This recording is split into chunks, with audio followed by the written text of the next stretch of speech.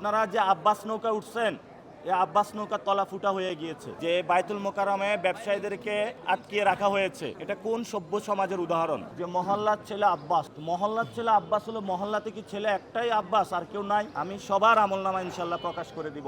অনেকেরই আমলনামা আমাদের কাছে আছে। গতকাল একজন বলেছিলেন যে বুকের পাঠা থাকলে বাইতুল মোকাররমে সালিশ বসানোর জন্য।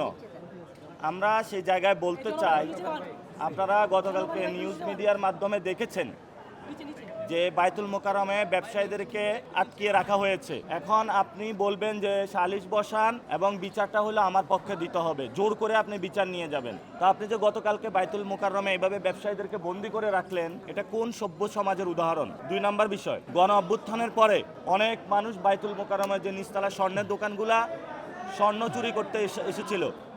এই স্বর্ণ চুরি যারা করতে এসেছিল তারা কারা, এটা প্রশাসনকে সিসি ক্যামেরা চেক করে আইডেন্টিফাই করার জন্য আমরা আবেদন জানাচ্ছি। আরেকটি বিষয়, সেটা হলো যে আপনারা জানেন বিএনপির যারা নির্যাতিত ছাত্রদল এবং যুবদলের যারা নির্যাতিত নেতাকর্মী, আমরা তাদের প্রতি একটি আহ্বান জানাবো। আহ্বানটা হলো, আপনারা যে আব্বাস নৌকা উঠছেন, এই আব্বাস নৌকার তলা ফুটা হয়ে গিয়েছে। এই আব্বাস নৌকা থেকে দ্রুত নামুন, এটা আপনাদেরকে বাঁচাইতে পারবে না। আপনারা যদি তওবা আস্তাগফিরুল্লাহ পড়ে আসেন, ইনশাআল্লাহ আমাদের দরজা খোলা আছে। চাঁদাবাজি বন্ধ করে আসলে, সন্ত্রাসী কার্যক্রম বন্ধ করে আসলে ইনশাআল্লাহ আমাদের সাথে ঐক্যবদ্ধভাবে কাজ করতে পারবেন। ঢাকা আটে আমি সবাইকে নিয়ে কাজ করবো ইনশাআল্লাহ। আর হাবিবুল্লাহ বাহারে যারা আমার উপরে আক্রমণ করেছে, ওরা না বুঝে আক্রমণ করেছে, আমি তাদেরকে ক্ষমা করে দিলাম।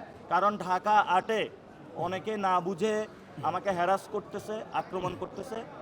আমি তাদের প্রতি একটা সবিনয় অনুরোধ, আমি তোমাদের ভাই, তোমরা আমার ভাই, অনেকে আমার বাবার বয়সী, তো আমি আপনাদেরকে ক্ষমা করে দিলাম। আমরা একটি সুন্দর সম্প্রীতি সমাজ গড়তে চাই, যে সমাজে আমরা কোনো হানাহানি, অপরকে মারামারি, এই কাজটা করব না ইনশাআল্লাহ। গতকালকে এক বৃদ্ধ লোক বলেছিল যে মহল্লার ছেলে আব্বাস, মহল্লার ছেলে আব্বাস হলো, মহল্লাতে কি ছেলে একটাই আব্বাস আর কেউ নাই? এজন্য আমরা বলবো যে মহল্লার আরো অনেক ভালো ছেলে আছে, আগামীতে ধানের শীষটা তাদের দিবেন, এইসব সন্ত্রাসীদেরকে আপনারা আর দিবেন না। আর আমি বলবো আমাকে শান্তিতে কাজ করতে দিন। আমি তারেক রহমানের কাছে অনুরোধ জানাবো, এমনি অনেক সন্ত্রাসী গডফাদার নিয়ে পকেটে নিয়ে হাঁটতেছেন, বিভিন্ন জায়গায় পরিচয় করিয়ে দিচ্ছেন। আমাকে যদি ঘাটান, আমি আপনার পুরো বাংলাদেশের গডফাদার যারা আছে, সন্ত্রাসী চাঁদাবাজ যাদেরকে নমিনেশন দিয়েছেন, আমি সবার আমলনামা ইনশাল্লাহ প্রকাশ করে দিব। অনেকেরই আমলনামা আমাদের কাছে আছে। দেশে দেশে সবার সাথে দ্য নিউজ।